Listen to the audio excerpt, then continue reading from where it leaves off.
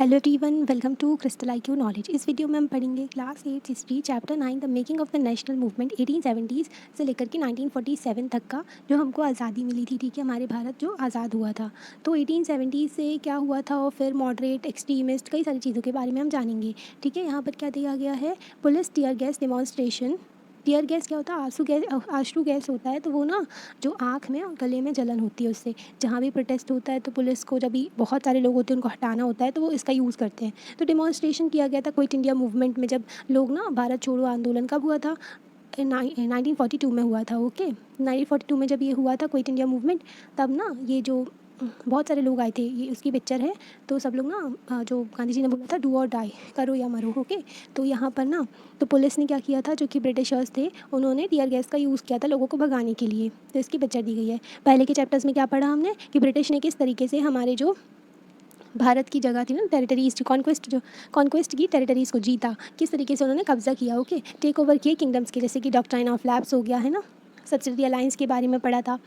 Okay, तो ये सारी चीज़ों के बारे में भी हमने पढ़ा था। न्यू लॉज लेकर के आए, एडमिनिस्ट्रेटिव इंस्टीट्यूशंस बनाए उन्होंने। ठीक है, कई सारे लॉज भी लेकर के आए थे, नए नए इंट्रोड्यूस करते जा रहे थे। चार्टर एक्ट आ रहे थे। ओके, तो ये सारे एक्ट भी आए थे। Change in the life of pheasant and tribal जो थे, उनकी लाइफ में कैसे चेंजेस हुए, ये सारी चीज़ें भी हमने देखी। तो पीसेंट जो थे उनको बहुत ज़्यादा टैक्स देना पड़ता था, ट्राइबल्स अपने ही फॉरेस्ट में एंटर नहीं कर पा रहे थे। एजुकेशनल चेंजेस देखे 19th सेंचुरी में कि इंग्लिश एजुकेशन सिस्टम हमारे यहाँ इंट्रोड्यूस किया गया था। मैं कॉली मिनट भी देखा था। ओके, फिर उसके बाद में डिबेट हुआ कि जो वुमेन की कंडीशन थी उस टाइम पर, सती प्रथा चला करती थी, है ना, फीमेल इन्फेंटिसाइड हुआ करता था और चाइल्ड मैरिज हुआ करती थी। ठीक है, वुमेन को कोई भी अधिकार नहीं थी, कई सारी प्रॉब्लम्स थी। तो उसके लिए रिफॉर्म्स भी हमारे यहाँ आए थे। चैलेंज किया गया था कास्ट सिस्टम को, कास्ट के नाम पर बहुत ज़्यादा डिस्क्रिमिनेशन हुआ करता था। तो जब सोशल रिलीजियस रिफॉर्म आए थे, सोशल रिलीजियस रिफॉर्म हो रहे थे, मूवमेंट चल रहा था, तब कई सारे लोग इमर्ज होकर आए थे जिन्होंने डिस्क्रिमिनेशन के अगेंस्ट बात की थी और वुमेन की कंडीशन को इम्प्रूव करने को कहा था। फिर रिवॉल्ट हुआ था 1857 का, जिसको फर्स्ट वॉर ऑफ इंडिपेंडेंस भी कहते हैं। ओके, और उसके बाद क्या हुआ था ये भी हमने देखा। फिर उसके बाद में क्या क्या हुआ था, कई सारे एडमिनिस्ट्रेटिव चेंजेस लेकर के आए ब्रिटिशर्स ने, डॉक्ट्राइन ऑफ लैप्स को अलग कर दिया था। ओके, तो ये सारी चीज़ें हमने देखी थी। डिक्लाइन हो गया था क्राफ्ट का एंड ग्रोथ हो गई थी इंडस्ट्रीज़ की ग्रोथ हमारे यहाँ तो बहुत कम हुई थी, पर हाँ ब्रिटिशर्स के यहाँ बहुत ज़्यादा हो गई थी। हमारे यहाँ तो हैंडीक्राफ्ट चला करता था, तो लोग जो थे बहुत ज़्यादा जो उनकी ना कंडीशन ख़राब हो गई थी, वो लोग बेरोज़गार हो गए थे। और हमारे यहाँ जो ब्रिटिशर्स अपना मशीनों से बना करके गुड्स बेचा करते थे। ओके, तो ये सारी चीज़ें देखी। On the basis of what you have read about these issues, तो जो भी हमने ये इशूज़ देखे इतने सारे चैप्टर्स में, तो इंडियंस जो थे वो डिसकंटेंटेड थे विद ब्रिटिश रूल। तो ब्रिटिश रूल से अब गुस्सा हो गए थे, नाराज़ हो गए थे, वो खुश नहीं थे भारत के लोग। तो if so how were different groups and classes dissatisfied, तो जितने भी कई सारे ग्रुप्स थे, क्लासेस थे। ओके, जैसे कि ट्राइबल्स हो गए, पीजेंट हो गए, है ना, वुमेन्स हो गई, और जो जैसे कि अलग अलग जो ग्रुप्स हैं, जैसे कि किंगडम्स हो गए, राजा महाराजा हो गए, तो जो क्लासेस थी, मिडिल क्लास भी इमर्ज होकर के आई थी। तो ये लोग नाराज़गी कैसी थी ब्रिटिशर्स थे, ये भी देखेंगे, और डिससेटिस्फाइड क्यों थे। ओके, तो ये सारी चीज़ें हम देखेंगे। अब नेशनलिज्म का इमर्जेंस हुआ। नेशनलिज्म जो भारत के प्रति, जो लोगों के अपने नेशन के प्रति जो भावना थी ना, कि हम एक हैं, है ना, हमारा भारत है। ओके, तो ये वाली जो फीलिंग आ गई थी। अब मेंशन डेवलपमेंट, तो इतनी सारी चीज़ें हो रही थी हमारे देश में, तो एक चीज़ तो लोगों के माइंड में क्लियर होती जा रही थी कि ये जो कंट्री है इंडिया, ठीक है, ये किसके लिए है। आंसर तो सिंपल था। आंसर क्या था कि इंडिया जो है was the people of India. तो इंडिया जो है ना, पीपल, जो इंडिया के लोग हैं ना, उनके लिए हैं। ऑल द पीपल, सारे लोगों के लिए जो भी भारत में रहते हैं, irrespective of class, colour, caste, creed, language और जेंडर। ठीक है, तो सभी के लिए है Bharat. And the country, it's resources और system were all mean for all of them. Okay, मतलब कि भारत की जो भी रिसोर्सेज हैं, जो भी सिस्टम है हमारे यहाँ का, जो भी सारी चीज़ें हैं ना, वो सारी हमारी हैं, ना कि कोई और आके उस पर कब्जा करेगा। विद दिस आंसर, जब ये आंसर लोगों के सामने आ गया कि भारत तो हमारा है, ठीक है, भारत देश हमारा है, तो ये आ गया, लोग ना अवेयर होने लगे कि ब्रिटिशर्स जो हैं, बाहर के लोग हैं, वो हमारे ऊपर कंट्रोल करके रखे हैं। और रिसोर्सेज पे, हमारे यहाँ की रिसोर्सेज पे, जैसे कि हमारे यहाँ ना बहुत सोने की चिड़िया कहा जाता था भारत को। ओके, तो उसको ना पूरा कब्जा कर लिया था इन्होंने। और जैसे कि रिसोर्सेज हो गई, तो कोल हो गया, आयरन हो गया, कई सारे हमारे रिसोर्सेज पाए जाते थे। हमारे यहाँ का सोना, हमारे यहाँ की कला, जो शानदार चीज़ें हुआ करती थी, सब ब्रिटिशर्स ले गए थे। And the lives of its people, और कला को पूरा बर्बाद ही कर दिया था, सबको अनएम्प्लॉयड बना दिया था। ओके, तो यहाँ पर जो पीपल की जो ज़िंदगी थी ना, जो लोगों की, वो भी ख़राब कर दी थी इन्होंने। तो ये जो कंट्रोल है, जब तक ब्रिटिशर्स का कंट्रोल एंड नहीं होगा, तो इंडिया जो है इंडियंस के लिए नहीं हो पाएगी, है ना। तो ये जो कॉन्शियसनेस थी शुरू हो गई थी, पॉलिटिकल एसोसिएशन फॉर्मेशन हुए थे कई सारे, तो उसकी वजह से क्या हुआ था, ये लोगों के अंदर ये भावना आने लगी थी, ये ठीक है, ये लोग जो लोग थे इसके बारे में सोचने लगे थे। कई सारे पॉलिटिकल एसोसिएशन फॉर्म हुए थे, ग्रुप्स कह लेते हैं, ग्रुप हो गए छोटे छोटे, है ना, फिर बड़े होते गए वो ग्रुप। जैसे कि 1870 से लेकर के 1880 के बीच में कई सारे ग्रुप्स फॉर्म हुए। Most of these led by the English educated professionals. जैसे कि हमारे यहाँ ना अब लोग भी अब इंग्लिश एजुकेटेड होते जा रहे थे, एजुकेशन सिस्टम में चेंज आ गया था, बाहर से पढ़ के आ रहे थे लोग, तो उनको समझ में आ रही थी चीज़ें। तो वो लोग क्या कर रहे थे, देख रहे थे कि हमारे देश पर जो है ये ब्रिटिशर्स से बाहर वाले रूल कर रहे हैं। मोस्ट इंपॉर्टेंट जो कई सारी मोर इंपॉर्टेंट वंस पर तो कई सारी ऑर्गेनाइजेशन के नाम दिए गए हैं, जैसे कि पूना सार्वजनिक सभा, इंडियन एसोसिएशन, द मद्रास महाजन सभा, Bombay presidency association end of course the Indian national Congress. ठीक है, कई सारी ये ऑर्गेनाइजेशन बनाई गई थी उस टाइम पर। तो पूना सार्वजनिक सभा, ठीक है, तो इसका नाम को देखो ज़रा, तो सार्वजनिक मतलब क्या होता है, सभी लोगों के लिए, फॉर ऑल द पीपल। सर्व मतलब ऑल, जनिक मतलब ऑफ द पीपल। ओके, सार्वजनिक सभी के लिए। तो many of this association function in specific parts of the country, their goal were started as a goal of all the people of India. तो ये हो सकता है कि ये जो एसोसिएशन थी, छोटी छोटी जो एसोसिएशन थी, पहले तो ना एक जगह पर काम किया कर, जैसे कि बंगाल हो गया, महाराष्ट्र हो गया, ऐसे ना एक जगह पर ये थी, पर इनका जो गोल था ना वो सारे लोगों के लिए था, सारे इंडियंस के लिए, नॉट ऑफ एनी रीजन या फिर कम्युनिटी क्लास के लिए नहीं था, सारे भारत के लोगों के लिए। They work with idea that the people should be sovereign. तो इनका मेन आइडिया क्या था जिस पर ये काम करते थे, वो था सोवरेन, कि पीपल जो है ना, पीपल जो है वो सोवरेन है। सोवरेन का मतलब क्या होता है, capacity to act independently without outside interference. मतलब कि आप अपने, जैसे कि सोवरेन का, जैसे एक कंट्री को आप सोवरेन कहते हैं, मतलब कि वो अपने अंदर के डिसीजंस और अपने बाहर के डिसीजन, जो अपने एक्सटर्नल अफेयर्स हैं, वो सारे खुद से जो अपना डिसीजंस लेते हैं बिना किसी इंटरफेरेंस के, किसी कंट्री के दबाव में आए बिना, तो वो कहलाता है सोवरेन। तो हमारे यहाँ के लोग सोवरेन हैं, ब्रिटिशर्स के दबाव में भला हम क्यों डिसीजंस लें, है ना। तो ये था मेन आइडिया, एक मॉडर्न कॉन्शियसनेस थी।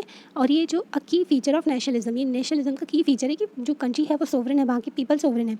इन other words, they believe that the Indian should be empowered to take decisions regarding their affairs. तो ये बिलीव करते थे कि इंडिया को ना, इंडियंस जो हैं, इंडिया के पीपल जो हैं, उनको ना एम्पावर करना है, उनको समझाना है, ठीक है, उनको उनको इतना इतना उनके अंदर जो विवेक होना चाहिए कि वो अपने डिसीजंस खुद ही ले सकें, है ना, कि ब्रिटिशर्स क्यों हमारे यहाँ रूल कर रहे हैं। ओके, तो इतना कॉन्शियसनेस उनके अंदर होनी चाहिए। Dissatisfaction with the British rule, dissatisfied in, जो डिससेटिस्फेक्शन जो था ब्रिटिश रूल से, इंटेंसिफाइड, तो इंटेंसिफाई हो गया और ज़्यादा बढ़ गया था 1870 से लेकर के 1880 तक। The arms act, arms act क्या था, जो कि पास हुआ था 1878 में। इसमें क्या होता था कि इंडियंस जो हैं वो कोई भी हथियार नहीं रख सकते हैं। ओके, भले वो ब्रिटिशर्स रख सकते हैं पर इंडियंस नहीं रख सकते। तो ये आर्म्स एक्ट लाया गया था, क्योंकि ना जब ब्रिटिशर्स जो उल्टी सीधी हरकतें कर रहे थे, उसकी वजह से लोगों के बीच में गुस्सा आ रहा था, तो लोग क्या करते थे, फिर पिटाई कर देते थे ब्रिटिशर्स की। इसलिए उन्होंने हथियारों को रोकने के लिए, जो इंडियंस के पास ना रहें, तो इसलिए 1878 में आर्म्स एक्ट पास किया गया। In the same year vernacular press act आया। वर्नैकुलर प्रेस एक्ट में क्या था कि अगर ब्रिटिशर्स को लगता है कि कोई जो प्रेस है, कोई गवर्नमेंट है, सॉरी गवर्नमेंट नहीं, जो प्रेस है, कोई भी जो भी पेपर, न्यूज़पेपर, जो मैगज़ीन वगैरह निकालती हैं ना, अगर उन्होंने थोड़ा सा भी ब्रिटिशर्स के खिलाफ कुछ लिखा तो उसको ना सारा वो अपने कब्जे में ले लेते थे, सब बंद करा देते थे। The act allowed the government to confiscate the assets of newspaper including their printing press if the newspaper published anything that was found objectionable to whom Britishers. Okay, मतलब कि ऑब्जेक्शन, अगर ब्रिटिशर्स को लगता है कि उनके खिलाफ अगर इन्होंने कुछ गलत लिखा है तो वो ना इसकी प्रॉपर्टी वगैरह, उनकी प्रेस थी, सब कब्जे में ले लेते थे। ओके, तो यहाँ पर 1883 में there was a furore of the attempt by the government introduce Ilbert bill. तो अब ना एक और नई इशू आ गया था, एल्बर्ट विल कंट्रोवर्सी भी कहते हैं इसको। तो एल्बर्ट विल में क्या था कि बिल ना, इसमें ना पहले क्या होता था कि ब्रिटिशर्स, जो ब्रिटिश जज हैं और यूरोपियन जज भी कह सकते हो आप, तो वो जो है इंडियंस को भी सज़ा दे सकते हैं और ब्रिटिशर्स को भी सज़ा दे सकते हैं। पर जो इंडियन जज थे, जो हमारे इंडियंस जो थे, पढ़ लिख के जज बन गए थे, वो जो थे ना, वो इंडियंस को तो सज़ा दे सकते हैं पर यूरोपियन पर्सन को नहीं दे सकते। तो इसको इक्वालिटी लाने के लिए एल्बर्ट विल लाया गया था कि जो इंडियंस है ना, वो भी ब्रिटिश और इंडियन जज में इक्वालिटी लाने के लिए लाया गया था। तो वो भी क्या कर सकें कि ब्रिटिश हो चाहे इंडियंस हो, सभी को वो जो ना ट्रायल कर सकें उनका, ठीक है। तो पर क्या हुआ, ये कब लाया गया था ये बिल लाया गया था लॉर्ड रिपन के टाइम पर, जो गवर्नर जनरल थे अपने भारत के उस टाइम पर। तो जो लॉर्ड रिपन थे उनको एक अच्छा गवर्नर जनरल भी बोलते हैं, ठीक है। तो उनके टाइम पर ये लाया गया था कि जो इक्वालिटी लेकर के आ रहे थे ब्रिटिश जज और इंडियन जज में। पर क्या हुआ था, वाइट अपोजिशन, जो जितने भी गोरे थे ना वहाँ के ब्रिटिशर्स जो थे, उन्होंने इसको अपोज किया और फोर्स किया गवर्नमेंट को कि इस बिल को वो विड्रॉ कर लें। इंडियंस जो थे ना वो गुस्सा हो गए थे इस चीज़ से कि इससे क्या हुआ, ब्रिटिशर्स का रेशियल एटीट्यूड देखने को मिला। ब्रिटिशर्स का मतलब कि वो जो रेस के बेसिस पे भी डिस्क्रिमिनेशन करते हैं। ये नीड लोगों को लगा कि एक ऑल इंडियन ऑर्गेनाइजेशन होना चाहिए एजुकेटेड इंडियंस का सिंस 1880s। तो एक ना एजुकेटेड इंडियंस का एक ग्रुप होना चाहिए सभी का, क्योंकि बहुत सारे हमारे यहाँ लोग जो थे एजुकेटेड हो गए थे, पढ़ लिख के आए थे, है ना, लॉयर बन के आए थे, but the Ilbert bill controversy deepened this desire. जो इल्बर्टविल कंट्रोवर्सी हुई थी उसकी वजह से लोगों को लगा था ये तो बहुत ज़रूरी है कि हमारे यहाँ एक ऑर्गेनाइजेशन होना ही चाहिए जो हम अपनी चीज़ों के बारे में बता सकें लोगों को, है ना। तो और गवर्नमेंट से भी डिमांड कर सकें, जो कि ब्रिटिश गवर्नमेंट थी। The Indian national Congress establish की गई थी। उसमें 72 डेलीगेट्स थे from all over the country. तो सब जो 72 जो लोग थे उसमें पूरे देश में से, तो वो लोग ना सबसे पहले बॉम्बे में मिले 1885 में ये लोग मिले थे, ठीक है। तो लीडरशिप किसकी थी? दादा भाई नौरोजी की थी। फिरोज शाह मेहता भी आए थे, ठीक है। बरुद्दीन तैयब जी आए थे, WC बनर्जी आए थे, और सुरेंद्र नाथ बनर्जी, रमेश चंद्र दत्त, S सुब्रमण्यम अय्यर, अमंगा दस। तो बहुत सारे लोग आए थे, इसमें इंपॉर्टेंट पर्सनैलिटीज़ थी। Was largely from Bombay and Calcutta से आए थे ये लोग। नौरोजी एक बिजनेसमैन थे और एक पब्लिस्ट थे, ठीक है। तो पब्लिसिस्ट क्या होता है? पब्लिसिस्ट होता है ये जो लंदन में सेटल थे, ओके। तो पब्लिसिस्ट मतलब कि जो कि ना अपना आइडिया जो है, someone who publicise an idea by circulating information, writing report, speaking at meetings. तो पब्लिसिस्ट एक होता है जो अपनी आइडिया को लोगों में फैलाए, इन्फॉर्मेशन दे, लिख करके रिपोर्ट वगैरह लेकर के आए, ओके, और पब्लिक मीटिंग्स में बोले। तो उन्होंने ऐसा किया था। तो लंदन में सेटल थे, ठीक है, नौरोजी जो थे।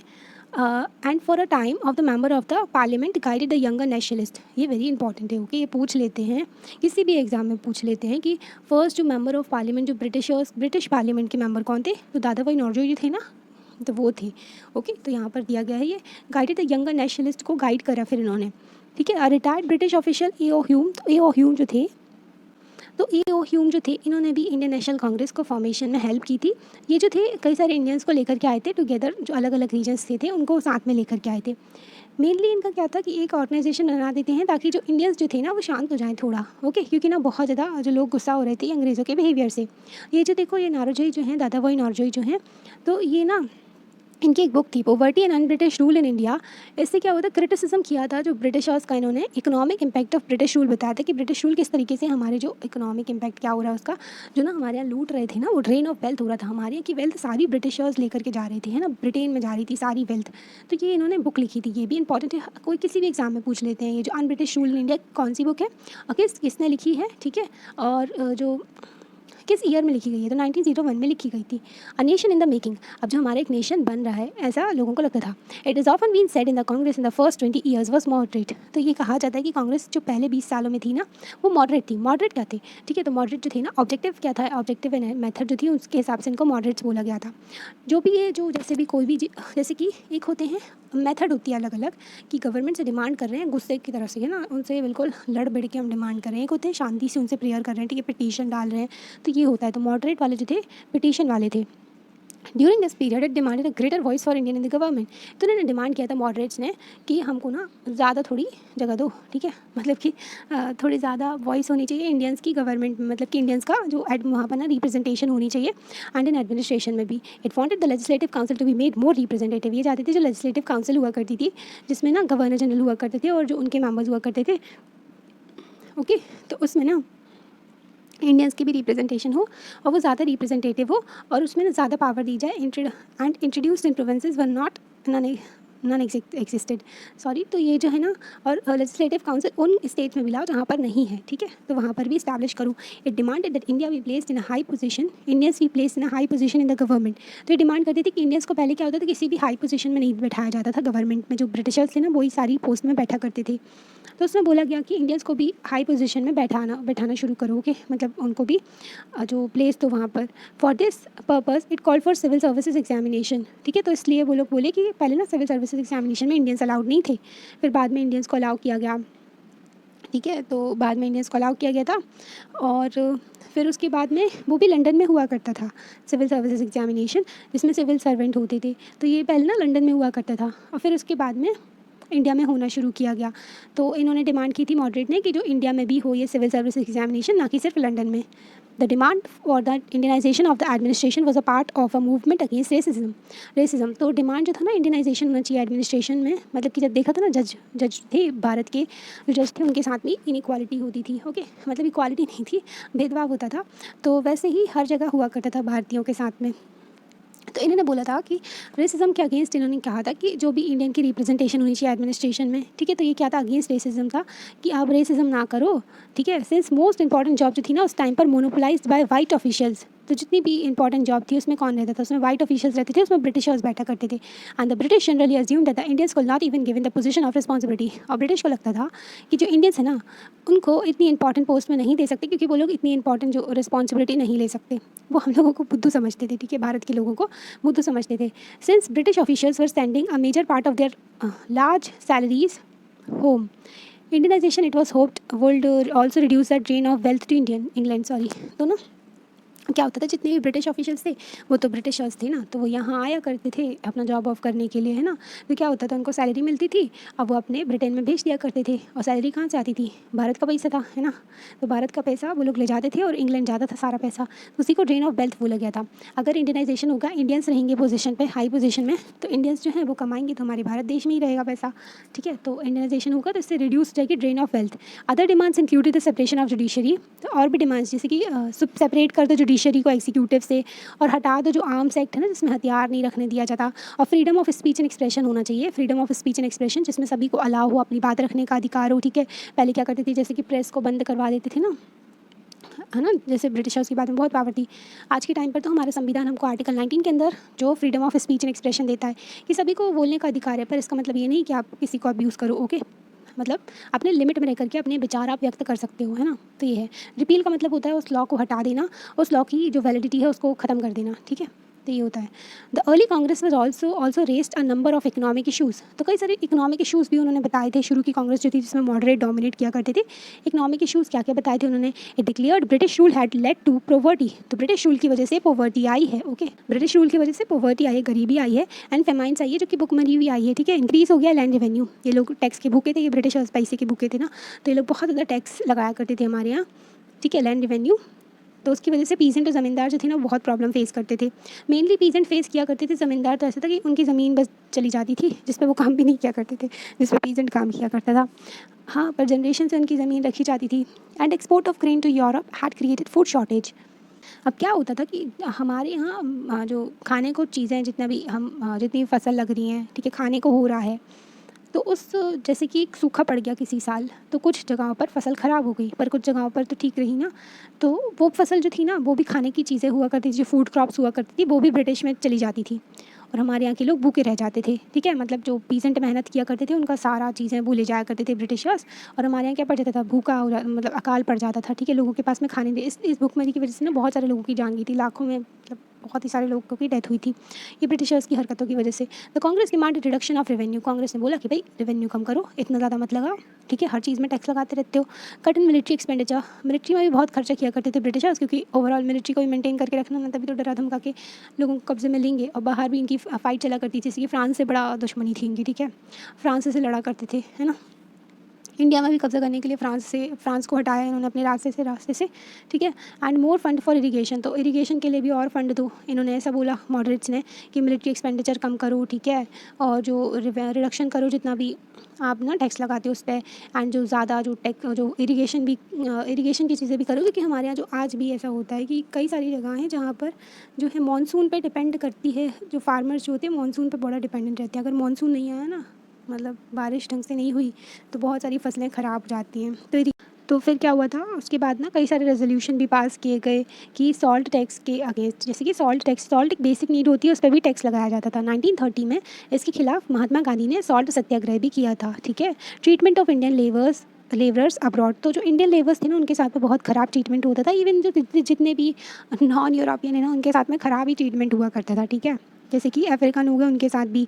तो भारत के लोगों को अलग अलग जगह लेके गए थे ये लोग, जैसे कि कई सारे आइलैंड थे, सेंट्रल अमेरिका में भी कई सारे आइलैंड थे, वहाँ पर भी आपको ना भारतीय मूल के लोग मिल जाएंगे। अभी बोलते हैं ना भारत के बहुत सारे लोग अलग अलग जगहों पर बसे हुए हैं, और उनकी जनरेशन चली आती है, ठीक है, क्योंकि वो बहुत साल पहले 200 साल पहले करीब ये जो है ना जो 100 साल कह लो, तो उस टाइम पर ये ब्रिटिशर्स लेकर के गए थे उनको काम करवाने के लिए, फिर वहीं पर बस गए थे। जैसे कि श्रीलंका में भी कई सारे तमिलियन कम्युनिटी पाई जाती है ना, फिजी में भी आप देख सकते हो भारत के लोग रहते हैं बहुत सारे, है ना। तो बहुत सारी जगहों पर रहते हैं। Suffering of the forest dwellers जो जंगल में रहा करते थे वो भी बहुत प्रॉब्लम फेस किया करते थे। क्या प्रॉब्लम, जैसे कि ना फॉरेस्ट एडमिनिस्ट्रेशन में ये घुसने लगे थे, ब्रिटिशर्स बहुत ज़्यादा इंटरफेयर करने लगे थे। All this shows that the despite being a body of educated elite, तो पढ़े लिखे लोग तो थे कांग्रेस, पर ना did not talk only on behalf of professional group, जमींदार और इंडस्ट्रियलिस्ट। वो ना मतलब एजुकेटेड एलीट थे, पर सिर्फ प्रोफेशनल ग्रुप हो गए, इंडस्ट्रियलिस्ट हो गए, ज़मींदार के बिहाफ में नहीं, और भी लोगों के लिए वो बोला करते थे, ठीक है। फिर moderate leaders wanted to develop public awareness about unjust nature of British rule. तो मॉडरेट लीडर्स क्या चाहते थे कि एक ना लोगों में अवेयरनेस हो, वो जानते ही नहीं कि ब्रिटिशर्स हमारे यहाँ किस तरीके से एक्सप्लॉयटेशन कर रहे हैं। तभी हमारे यहाँ के लीडर्स जो थे ना, कई सारी लैंग्वेज सीखी थी उन्होंने। जैसे कि अगर बात करें सुभाष चंद्र बोस को भी कई सारी लैंग्वेजेस आया करती थी, राजा राम मोहन रॉय थे उनको भी कई सारी लैंग्वेजेस आया करती थी। तो बहुत सारे लीडर्स थे, क्योंकि ना उनको लोगों से कनेक्ट होना था, और हमारे यहाँ इतनी सारी लैंग्वेजेस बोली जाती थी, ठीक है, ताकि ना वो अपनी चीज़ें जो थी लोगों तक पहुँचा सकें। जैसे कि वो ना लिखा करते थे न्यूज़पेपर में, ठीक है, अपनी अपनी मैगज़ीन निकाला करते थे, अपना जो न्यूज़पेपर शुरू कर लिया था सबने। बहुत सारे लीडर्स थे, तो उन्होंने ना अपने विचार लोगों तक पहुंचाने के लिए एक ज़रिया था ये, ठीक है। तो moderate leaders wanted to develop public awareness about the unjust nature of British rule. तो मॉडरेट लीडर्स जो थे दिखाना चाहते थे लोगों को ना, उनमें अवेयर करना चाहते थे, उनको बताना चाहते थे कि ब्रिटिश रूल का जो अनजस्ट नेचर है, कैसे हमारे यहाँ ब्रिटिश रूल जो है खोखला कर रहे हैं ना, जो मतलब कि हमारे भारत को लूट रहे हैं। दे पब्लिश्ड न्यूज़पेपर, वो न्यूज़पेपर लगाने लगे थे अपने, ठीक है, पब्लिश करने लगे थे, आर्टिकल्स लिखा करते थे उसमें, एंड बताते थे कि ब्रिटिश रूल ना, जिसकी वजह से इकोनॉमिक र्यून हो रहा है कंट्री का, जो हमारी इकोनॉमी है ना पूरी बर्बाद हो रही है, कोई ग्रोथ ही नहीं हो रही थी, ठीक है। तो पूरा इकोनॉमिक सिस्टम ना, जितना भी इकोनॉमी कैसे चलेगी जब भारत के लोग अच्छे से काम करेंगे, है ना, जब वो अच्छे से रहेंगे, गरीबी नहीं होगी, भुखमरी नहीं होगी, है ना, तब हमारा देश की और ज़्यादा ग्रोथ होगी। पर ये लोग क्या कर रहे थे, गरीबी लेकर के आ गए थे, भुखमरी लेकर के आ गए थे, पूरा सामान जब लूट के ले जा रहे थे, है ना, पूरा पैसा लूट के ले जा रहे थे, तो ब्रिटिशर्स ने पूरी तरीके से तबाह कर दिया था। उन्होंने क्रिटिसाइज़ किया, जो हमारे यहाँ के लीडर्स थे, मॉडरेट लीडर्स थे, उन्होंने क्रिटिसाइज़ किया कि इसको ब्रिटिश रूल को, कि अपनी स्पीचेज़ में, अपने रिप्रेजेंटेटिव डिफरेंट पार्ट्स में अपनी कंट्री के जो हमारे जो भारत में अलग अलग जगहों पर उन्होंने अपने लोग भेजे, ताकि ना लोगों का पब्लिक ओपिनियन को लेकर के आ सके, उनको अवेयर कर सके। मॉडरेट्स को लगता था कि जो ब्रिटिश हैं वो रिस्पेक्ट करते हैं फ्रीडम और जस्टिस की, ठीक है, तो वो ना एक्सेप्ट कर लेंगे जो डिमांड्स मॉडरेट कर रहे हैं, जो कि इंडियंस के लिए, है ना। तो ये बोला गया था। तो what was necessary therefore was to express this demand. तो मॉडरेट सोचते थे कि ज़रूरी ये है कि हम उनके सामने अपनी डिमांड्स रखें, गवर्नमेंट को अवेयर करें, कि जो बताएं उनको कि फीलिंग क्या है इंडियंस की, है ना, फीलिंग्स ऑफ इंडियंस। तो इंडियन की जो फीलिंग्स हैं, भावनाएँ हैं, उनको बताएं, ठीक है। Freedom is our birthright, ठीक है। तो ये बोला गया था कि जन्म सिद्ध अधिकार है जो हमारा, आज़ादी, है ना। तो by the 1890s many Indians began to raise questions about the political style of Congress। अब कई सारे इंडियंस जो थे उनको ये सब पसंद नहीं आ रहा था कि जो मॉडरेट्स हैं ये जो प्रेयर करते रहते हैं, है ना, पिटीशन डालते रहते हैं इनका। इन बंगाल, महाराष्ट्र, पंजाब, जैसे कि बंगाल के लीडर थे बिपिन चंद्र पाल, वहाँ से आए थे। और जो पंजाब के देख लो तो बाल गंगाधर तिलक, नहीं, पंजाब के जो महाराष्ट्र के बाल गंगाधर तिलक, एंड पंजाब के लाला लाजपत राय जो थे, उनके ना रेडिकल ऑब्जेक्टिव थे एंड मेथड्स थे, ठीक है। तो इन्होंने बोला था, क्रिटिसाइज़ किया था मॉडरेट्स को for their politics of prayer, क्योंकि मॉडरेट्स जो थे प्रेयर करते रहते थे, वो अंग्रेज़ों को अच्छा समझते थे। Emphasise the importance of self reliance and constructive work. और इन्होंने बोला कि जो ना फोकस करना चाहिए किस पे, सेल्फ रिलायंस पे, हमें अपनी जो ना आत्मनिर्भरता पे फोकस करना चाहिए, और कंस्ट्रक्टिव वर्क करनी चाहिए, मतलब कि हम डिपेंडेंट ना हो ब्रिटिशर्स के ऊपर। जैसे पहले हमारे यहाँ हैंडीक्राफ्ट चला करता था ना, तो हम लोग डिपेंडेंट नहीं थे, हमारे यहाँ सारा काम अपने आप से होता था, है ना, सारे लोग अपने आप से करते थे, बाहर से कुछ मतलब ऐसे दूसरी कंट्रीज़ के ऊपर डिपेंडेंट नहीं थी। They argued that the people must rely on their own strength. तो जो ना ये लोग थे, क्या कहते हैं, एक्सट्रीमिस्ट कहते हैं इनको, ठीक है। तो ये जो थी ना, किस पे रिले करते थे, अपनी खुद की स्ट्रेंथ पे, ठीक है, रिले करो, मतलब ये चाहते थे कि जो लोग हैं ना, अपनी ताकत पे फोकस करो, ठीक है, अपने आप पे फोकस करो, ना कि गुड इंटेंशन का फोकस करो जो गवर्नमेंट का है, ठीक है, not on the good intention of the government. तो हम गवर्नमेंट को अच्छे से समझ रहे हैं, गवर्नमेंट हमारे लिए ऐसा करेगी, ये सब पे फोकस नहीं करना है। People must fight for the Swaraj, people को फाइट करना है किसके लिए, स्वराज। स्वराज क्या है, इंडिपेंडेंस है ना, सेल्फ रूल है। तिलक ने रेस किया था, बाल गंगाधर तिलक थे ना, उन्होंने कहा था, freedom is my birth right and I shall have it. जो फ्रीडम है ना, आज़ादी है, वो मेरा जन्मसिद्ध अधिकार है और मैं उसको लेकर रहूँगा, है ना। 1905 में वायसराय कर्जन जो था, उसने पार्टीशन करवा दिया था बंगाल का, मतलब जो बांग्लादेश और पूरा ना वेस्ट बंगाल हो गया, पूरा इकट्ठा था, एकदम बहुत बड़ा रीजन था वो बंगाल का, जहाँ पे पूरे में बंगाली बोली जाती है ना। तो वहाँ पर क्या था, कर्जन ने ना, जो वायसराय कर्जन था, उसने यहाँ पर पार्टीशन करा दिया। At that time Bengal was the biggest province of the British India. उस टाइम पर जो बंगाल जो था, सबसे बड़ा जो प्रोविंस क्या होता है, स्टेट, जैसे कि आज के टाइम पर हम स्टेट्स बोलते हैं ना, एक एक स्टेट है अलग अलग, जैसे कि एमपी हो गया, महाराष्ट्र हो गया, उड़ीसा हो गया, है ना। उस टाइम पर प्रोविंस बोला करते थे। तो ब्रिटिश इंडिया की प्रोविंस सबसे बड़ी था जो बंगाल था, एंड उसमें ना बिहार और उड़ीसा के भी कुछ रीजन आया करता था। बिहार और उड़ीसा जो है ना, उसका भी कई सारा रीजन आया करता था। The British argued for dividing Bengal. तो ब्रिटिश ने एक रीज़न क्या दिया था कि हम डिवाइड कर रहे हैं बंगाल को एडमिनिस्ट्रेटिव कन्वीनियंस के लिए। एडमिनिस्ट्रेटिव कन्वीनियंस के लिए बोला, तो मतलब क्या था इसका, कन्वीनियंस डिड इट रिप्रेजेंट। तो कन्वीनियंस का मतलब क्या हो गया, तुम आप एडमिनिस्ट्रेटिव कन्वीनियंस के लिए डिवाइड कर रहे हो, ठीक है। तो it closely interest of the British officials and businessman. तो साफ साफ दिख रहा था कि जो ये जो एडमिनिस्ट्रेटिव कन्वीनियंस नहीं है, इनका खुद का जो बेनिफिट के लिए ये लोग डिवाइड कर रहे हैं, क्योंकि ना even so instead of removing the non Bengali areas from the province the government separated East Bengal merge it with the Assam. तो ईस्ट बंगाल को सेपरेट कर दिया, जो कि ईस्ट बंगाल बाद में फिर ईस्ट पाकिस्तान बना था, फिर उसके बाद में क्या बना था, ईस्ट बांग्लादेश, जो बांग्लादेश बन गया है ना। तो उसको ना मर्ज कर दिया गया था आसाम के साथ में। तो इन लोगों को क्या था कि डिवाइड करना था लोगों को, क्योंकि ना लोग इकट्ठे रहते हैं, तो फिर वो लोग ब्रिटिश के खिलाफ बोल रहे थे। और बंगाल रीजन से भी बहुत सारे लोग निकल के आए थे, जैसे कि सुभाष चंद्र बोस ही देख लो, है ना। तो बहुत सारे रीजन थे जो कि आज़ादी की बात करते थे। Perhaps the main British motive were to curtail the influence of Bengali politician to split the Bengali people. जो मेन मोटिव था ब्रिटिश का कि जो ना इन्फ्लुएंस जो है बंगाली पॉलिटिशियंस का, उसको कम किया जाए और जो स्प्लिट कर दिया जाए बेस्ट जो बंगाली पीपल है ना उनको, मतलब अलग कर दिया जाए बंगाली पीपल्स को। The partition of Bengal infuriated people all over the India. तो लोग ना गुस्सा आ गए थे एकदम, जो पार्टीशन कर दिया था ना बंगाल का, तो लोगों को पसंद नहीं आया था क्या कर रहे हैं ना। ऑल सेक्शंस, चाहे वो मॉडरेट्स हो चाहे वो रेडिकल्स हो, है ना, रेडिकल एक्सट्रीमिस्ट हो गए जो लाल बाल पाल कहते हैं ना जिनको, और मॉडरेट्स हो गए। तो दोनों ही गुस्सा हुए थे कि इन्होंने क्या कर दिया, उन्होंने अपोज किया था इस चीज़ को। लार्ज पब्लिक मीटिंग की गई, डिमॉन्स्ट्रेशन किए गए, लोगों ने है ना अपना जो गुस्सा दिखाया, प्रोटेस्ट किया, तो ना ऑर्गेनाइज किया। And noble method of mass protest developed. तो एक नोबल मेथड, एक अच्छी मेथड निकल के आ गई थी कि लोग इकट्ठा होकर प्रोटेस्ट भी कर सकते हैं। Struggle that unfold came to be known as the Swadeshi movement. जो स्ट्रगल किया गया था उसको स्वदेशी मूवमेंट कहा गया था, जो कि बहुत ज़्यादा बंगाल में रहा था, क्योंकि बंगाल में ही पार्टीशन हुआ था, but with the echoes elsewhere. तो और भी जगह इसकी गूंज रही थी, जैसे कि आंध्र प्रदेश में अगर हम देखें तो इसको वंदे मातरम मूवमेंट कहा गया था। मतलब बहुत सारे रीजन में भारत के प्रोटेस्ट हुआ था बंगाल के जो पार्टीशन के खिलाफ। एक इसकी पिक्चर दी गई है, बाल गंगाधर तिलक की पिक्चर दी गई है। बाल गंगाधर तिलक जो थे ना, तो उनका एक न्यूज़पेपर भी था, केसरी, मराठी न्यूज़पेपर था, जिसमें ना तिलक अपने व्यूज़ लिखा करते थे, क्रिटिसाइज़ करते थे वो ब्रिटिश रूल को, बोलते थे कि ये ब्रिटिश रूल जो किस तरीके से लोगों को एक्सप्लॉइट कर रहा है, ठीक है। तो केसरी न्यूज़पेपर, ये इंपॉर्टेंट है, पूछ लेते किसका न्यूज़पेपर था, तो ये बाल गंगाधर तिलक का न्यूज़पेपर था। ये देखो थाउजेंड्स ने, बहुत सारे लोगों ने, हज़ारों लोगों ने ज्वाइन किया था स्वदेशी मूवमेंट को। स्वदेशी मूवमेंट 1905, है ना, पार्टीशन ऑफ बंगाल। और वंदे मातरम मूवमेंट भी हुआ था स्वदेशी मूवमेंट के टाइम पर ही, आंध्र प्रदेश में, पार्टीशन के खिलाफ ही। Okay, the Swadeshi movement sought to oppose British rule and encouraged the idea of self-help, स्वदेशी enterprises, national education and the use of Indian languages। स्वदेशी मूवमेंट के साथ साथ क्या आया था, स्वदेशी है ना, अपने देश का यूज़ करना, अपने देश की चीज़ों का यूज़ करना। तो इससे क्या हो रहा था, ब्रिटिश का अपोज कर रहे थे हम, ब्रिटिश रूल का, एंड इनकरेज कर रहे थे किस चीज़ को, बढ़ावा दे रहे थे, सेल्फ हेल्प को, खुद की हेल्प खुद ही करना, है ना। स्वदेशी एंटरप्राइज, जो भी हमारे यहाँ जो इंडस्ट्रीज़ निकल के आ रही है छोटी मोटी, तो अपने खुद की इंडस्ट्रीज़ को सपोर्ट करना, है ना। नेशनल एजुकेशन, अपनी एजुकेशन को सपोर्ट करना, और जो इंडियन लैंग्वेजेस का यूज़ करना। टू फाइट फॉर स्वराज, अपने स्वराज के लिए लड़ना। रेडिकल्स ने क्या बोला कि मोबिलाइज़ करना होगा, बहुत सारे लोगों को साथ में लेकर के आना पड़ेगा और बॉयकआउट करना पड़ेगा ब्रिटिश इंस्टीट्यूशन को एंड गुड्स को। अगर हमको स्वराज चाहिए, ठीक है, तो क्या करना पड़ेगा, स्वराज चाहिए है तो सभी को ना, बहुत सारे लोगों को साथ में लेकर के आना पड़ेगा, एंड जो ब्रिटिश का सामान है, ब्रिटिश की चीज़ें हैं, उन सबको बॉयकॉट करना पड़ेगा, ठीक है। स्वदेशी मूवमेंट में बहुत सारी चीज़ें जलाई भी गई थी जो ब्रिटिश की थी, है ना। Some individuals also begin to suggest revolutionary violence. कई सारे इंडिविजुअल्स थे रेवोल्यूशनरी वायलेंस को सजेस्ट कर रहे थे, मतलब कि वायलेंस के थ्रू रेवोल्यूशन लाना ज़रूरी है ताकि ब्रिटिश रूल को हटा सके, मतलब कि मारपीट करके भगाना ब्रिटिशर्स को। तो ये था opening decades of the 20th century और marked by other development as well. तो कई सारे अदर डेवलपमेंट भी हुए 20th सेंचुरी में, जैसे कि ग्रुप ऑफ मुस्लिम लैंडलॉर्ड्स जो थे, नवाब्स थे, उन्होंने ऑल इंडिया मुस्लिम लीग एट ढाका फाउंड की गई। तो ढाका जो बांग्लादेश में पड़ता है, ढाका कहते हैं आज के टाइम पर उसको, ठीक है। तो उस टाइम पर ना उन्होंने ऑल इंडिया मुस्लिम लीग फॉर्म कर ली थी एट ढाका में। अब यहाँ पर कम्युनलिज्म की नींव पड़ रही थी, अब यहाँ पर ना जो हिंदू मुस्लिम का डिवीज़न का धीरे धीरे शुरू हो जाएगा, क्योंकि एक ना मतलब वो ब्रिटिशर्स ने इनमें फूट डलवानी भी शुरू कर दी थी।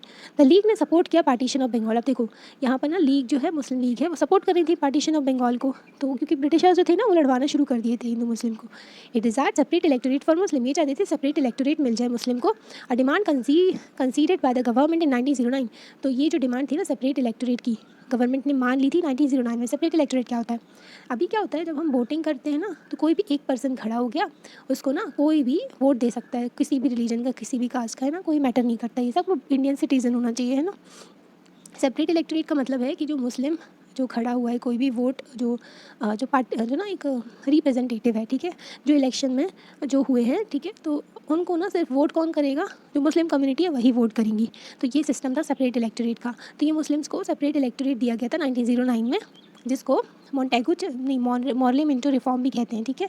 तो मॉर्ले मिंटो रिफॉर्म में ये सेपरेट इलेक्टोरेट दिया गया था। Some seats in the council were now reserved for Muslims.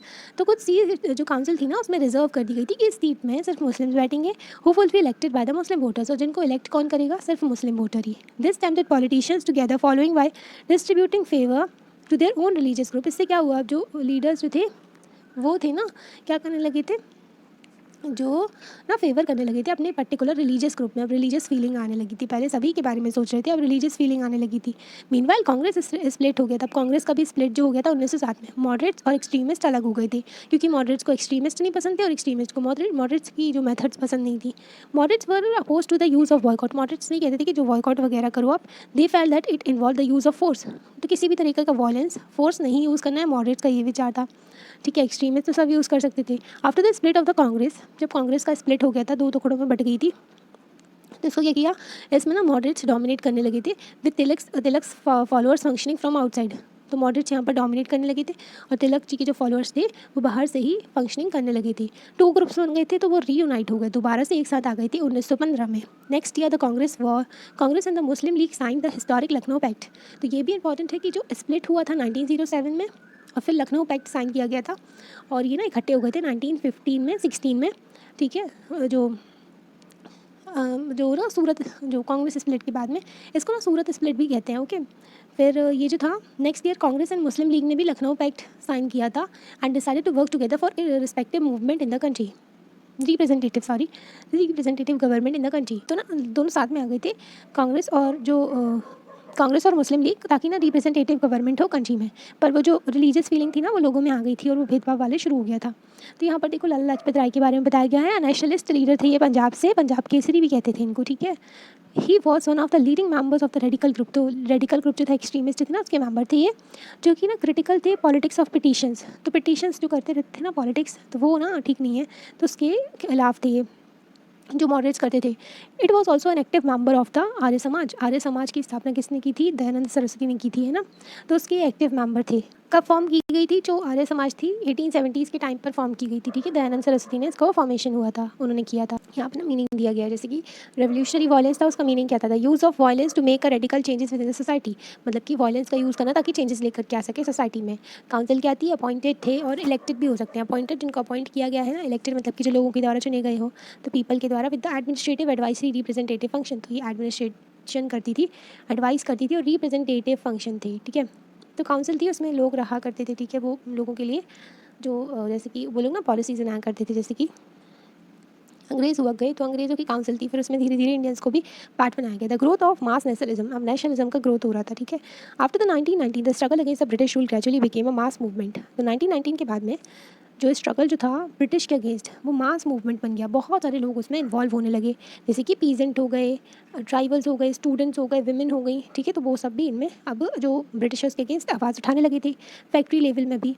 Certain business groups to begin to actively support the Congress. अब सर्टेन बिजनेस ग्रुप जो थे उनने भी देखा कि हमारा तो कुछ फ़ायदा हो ही नहीं रहा है ना, मतलब कि ब्रिटिशर्स जो अपना कुछ बेच रहे हैं तो हमारा बिजनेस चल नहीं पा रहा है, तो वो भी कांग्रेस का सपोर्ट करने लगी 1920 में। वाई वॉज दिस, तो ये क्यों था, क्योंकि फर्स्ट वर्ल्ड वॉर हुई थी ना 1914 से 1919 तक चली थी, है ना। तो जो फर्स्ट वर्ल्ड वॉर हुई थी तो उसने क्या किया था, इकोनॉमिक एंड पॉलिटिकल सिचुएशन को बदल दिया था इंडिया में। इससे क्या हुआ था, ह्यूज राइज हो गया था defence expenditure of the government. अब जो थी ना ब्रिटिश गवर्नमेंट थी हमारे यहाँ, अब वो लोग क्या कर रहे थे, हमारा पैसा, जो भारतीयों का पैसा था वो लूट करके जो डिफेंस एक्सपेंडिचर में लगा रहे थे। मतलब कि जो डिफेंस के लिए खर्चा होता है ना, जो आर्मी हो गई उसमें खर्चा किया जा रहा था ब्रिटिशर्स की, ताकि वो लोग जीत सके, है ना। वॉर में इंडल्ज थे वो लोग, क्योंकि the government in turn increase the taxes. अब उनको पैसा कहाँ से आएगा, ठीक है, एक्सपेंडिचर बढ़ाना है तो उनको पैसा मिलेगा टैक्स बढ़ा करके। तो टैक्सेस बढ़ा दिए थे उन्होंने इंडिविजुअल की इनकम पर, ठीक है, एंड बिजनेसेस प्रॉफिट। तो टैक्सेस बहुत ज़्यादा बढ़ गए थे लोगों के ऊपर। Increase military expenditure and demands for war supplied led to the sharp rise in prices. अब जब बहुत ज़्यादा ना मिलिट्री का एक्सपेंडिचर बढ़ गया तो डिमांड भी बढ़ गई, तो उसकी वजह से क्या हुआ, जब डिमांड बढ़ती है ना तो चीज़ों की, जैसे कि एक कमोडिटी ठेले पे रखी है, वो कम है पर उसकी डिमांड बहुत ज़्यादा है, तो उसकी ना प्राइसेस बढ़ जाएंगी, इसी को इन्फ्लेशन कहते हैं। ओके, तो यहाँ पर ना महंगाई कहते हैं। तो ये जो था ना कमोडिटी, जो शार्प प्राइसेस जो होते थे, प्राइस ना बहुत ज़्यादा बढ़ गए थे चीज़ों के, which created difficulties for common people. अब जो आम आदमी थे ऑलरेडी इतना सारा टैक्स पे करते थे, अब उनके ना प्राइसेस भी बढ़ गए थे सारे सामान के, तो उनके लिए बहुत ज़िंदगी ना बहुत मुश्किल बन गई थी। On the other hand business group reaped fabulous profit from the war. अब जो बिजनेस ग्रुप थे ना उनको बड़ा प्रॉफिट हुआ था वॉर की वजह से, क्योंकि अगर हमने चैप्टर 7 में भी देखा है कि वॉर की वजह से डिमांड बहुत क्रिएट हो गई थी इंडस्ट्रियल गुड्स की, जैसे कि जूट के बैग हो गए, क्लोथ हो गए, रेल्स हो गए। अब जो ब्रिटिशर्स थे उनको भी डिमांड थी, सामान चाहिए था बहुत सारा, ठीक है, उनकी इंडस्ट्रीज़ भी लगी हुई थी सामान बनाने में। तो हमारे यहाँ लोकल इंडस्ट्रीज़ का राइज़ हो गया था, लोकल इंडस्ट्रीज़ बढ़ने लगी थी। Cause the decline of imports, अब क्या हुआ था, इम्पोर्ट जो बाहर से करते थे ना, इम्पोर्ट वो कम हो गया क्योंकि ब्रिटिशर्स की इंडस्ट्रीज जो थी जो ब्रिटेन में थी, तो वो भी उनके वॉर सप्लाईज़ में लगी हुई थी। तो जो सामान हमारे यहाँ आता था वो कम हो गया, ठीक है। तो उसकी वजह से क्या हुआ, हमारे यहाँ के जो लोग थे, बिजनेसमैन जो थे, तो उनके बिज़नेस फल फूल गए। कैसे फल फूल गए, क्योंकि डिमांड तो थी सामान की, पर इम्पोर्ट हो नहीं रहा है गुड्स का, तो अब हमारे यहाँ ही लोकल लेवल पर वो सामान बनने लगेगा, ठीक है। फ्रॉम द अदर कंट्रीज से इंडिया में आ नहीं रहा था, तो यहीं पर सामान बनने लगा। So Indian industries expanded during the war, तो इंडियन इंडस्ट्री जो थी ना बढ़ गई थी वॉर के टाइम पर। इंडियन बिजनेस ग्रुप्स जो थे उन्होंने अपॉर्चुनिटी की तरह इसको यूज़ किया, ठीक है, और ग्रेटर अपॉर्चुनिटी थी उनके लिए डेवलपमेंट की। The war also lead to the British to expand their army, अब वॉर जो थी ना उसकी वजह से ब्रिटिश को अपनी आर्मी भी बढ़ानी थी, क्योंकि अब लोग जो थे ना वॉर में लड़ रहे हैं, ठीक है, उनकी जान जा रही है, तो और चाहिए लोग, है ना। तो villages were pressurise to supply soldiers for alien cause, मतलब कि ब्रिटेन लड़ रहा है, ठीक है, तो वो हमारे यहाँ के इंडियन सोल्जर्स को क्यों लेके जाए भले, है ना। तो एलियन जो थे, जो बाहर के थे, वो ब्रिटिशर्स, उनकी लड़ाई में हमारे यहाँ के जो विलेज के लोग थे उनको दबाव डाला जा रहा था कि आप सप्लाई करो सोल्जर्स, मतलब सोल्जर भेजो। A large number of soldiers को ना भेजा गया अब्रॉड, बाहर भेजा गया। Many return after the war, कई सारे लोग जो थे वो वॉर के बाद में जब वापस आए, with an understanding of ways in which imperialistic power were exploiting the people of Asia and Africa and with a desire to oppose colonial rule in India। अब क्या हुआ, जो बाहर गए थे लोग वॉर में ना, वॉर करने, जो लड़ाई वड़ाई करने के बाद में वापस आए अपने भारत, तो उन्होंने देखा कि ये जो है ना इम्पीरियलिस्टिक पावर, ठीक है, इम्पीरियलिस्टिक पावर जो ये ब्रिटेन है ना, तो वो किस तरीके से एक्सप्लॉइटेशन कर रहे हैं, जो यूरोप के देश हैं वो किसका, एशिया और अफ्रीका के लोगों का किस तरीके से फ़ायदा उठा रहे हैं, ठीक है, एक्सप्लॉइट कर रहे हैं उनकी रिसोर्सेज का, उनको लूट रहे हैं। एंड विद अ डिज़ायर, तो उनको ना एक अंदर से भावना आ गई थी कि वो अपोज करने लगे थे कॉलोनियल रूल को, ठीक है, जो ब्रिटेन का रूल था ना उसको। Furthermore in 1917 there was a revolution in Russia, अब रशिया में भी रेवोल्यूशन हो गया था, वहाँ पर किंग था, ठीक है, तो उसके अगेंस्ट रेवोल्यूशन हो गया था। News about peasants and workers struggles and ideas of socialism circulated, तो पीजेंट के स्ट्रगल, किस तरीके से लोगों ने वहाँ पर लड़ाई की, लोकल पीपल ने, उनके स्ट्रगल आइडियाज़ जो थे सोशलिज्म के, सोशलिज्म जो कि सोसाइटी का वेलफेयर की बात करते हैं, ओके, वहाँ पर गवर्नमेंट जो होती है सोसाइटी के वेलफेयर के लिए काम करती है, कैपिटलिज्म नहीं होता है वहाँ पर, ठीक है, मतलब कि कैपिटलिज्म जो कि बिजनेसमैन होते हैं ना, डिमांड और सप्लाई के बेसिस पे काम करते हैं सोसाइटी में, गवर्नमेंट का लिमिटेड रोल होता है, बहुत कम रोल होता है, पर सोशलिज्म में गवर्नमेंट का ज़्यादा रोल होता है, वो वेलफेयर के लिए काम करती है लोगों के। तो उससे ना इंडियन नेशनलिस्ट भी इंस्पायर हो रहे थे कि इस तरीके से वहाँ के लोकल पीपल जो फाइट कर रहे हैं ना रशियन रेवोल्यूशन में, तो बाहर का भी असर रहा थोड़ा। अब महात्मा गांधी भी इंडिया आ चुके थे, ठीक है, साउथ अफ्रीका से। अब इधर से ना हम सेकंड पार्ट में देखेंगे, ओके। तो फिर मिलते हैं सेकंड पार्ट में। आपको कैसा लगता है, वीडियो को लाइक करके बता सकते हो, चैनल को सब्सक्राइब भी कर सकते हैं। Thank you.